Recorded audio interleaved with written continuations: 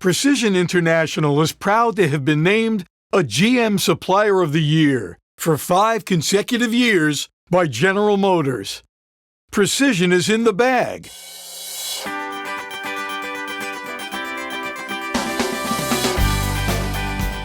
Hi, I'm John Salazzo, Vice President of Sales for Precision International. For over 40 years, Precision International has been providing transmission shops around the world the best sourced, most complete transmission kits available. We make every effort to provide transmission rebuilders with key information, including installation tips and product updates to make rebuilds with our kits more efficient and easier. Our website features an ever-increasing library of video seminars featuring industry expert John Palmer. John has made presentations at trade shows and taught classes on transmission rebuilds around the world. John also runs his own very successful transmission shop in Center H, Long Island.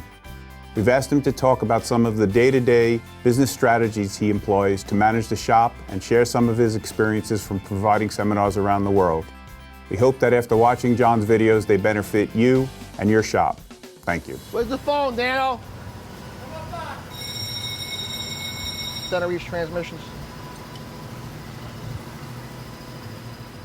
In the beginning, when I was first here, we had a limited number of transmissions that were in vehicles. You had turbo 350s, you had 400s, you had some C4s, some C6s, and stuff wasn't as varied. Now, we're not working on the same thing twice.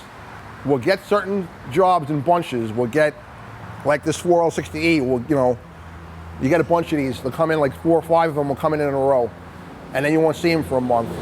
Or like these E4ODs, they're in vans and trucks. The first cold snap, we'll see 10 of them, and then we won't see anything for 2 or 3 months.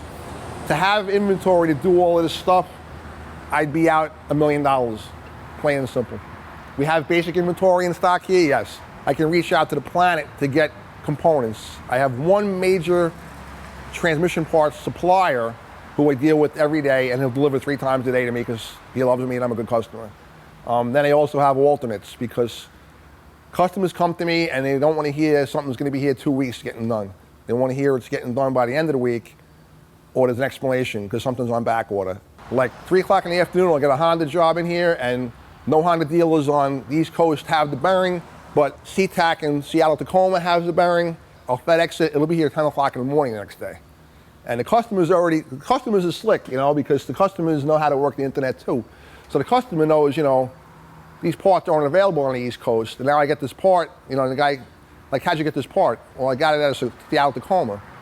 Well, who's eating the freight for that? I said, you are, because it wasn't available on the East Coast. I said, and I got it from the West Coast, and your car's gonna get back to you, and your kid's gonna be able to drive it to college, and everything's gonna roll. That's, that's part of being immersed in this business and knowing what's happening and knowing where the trends are going.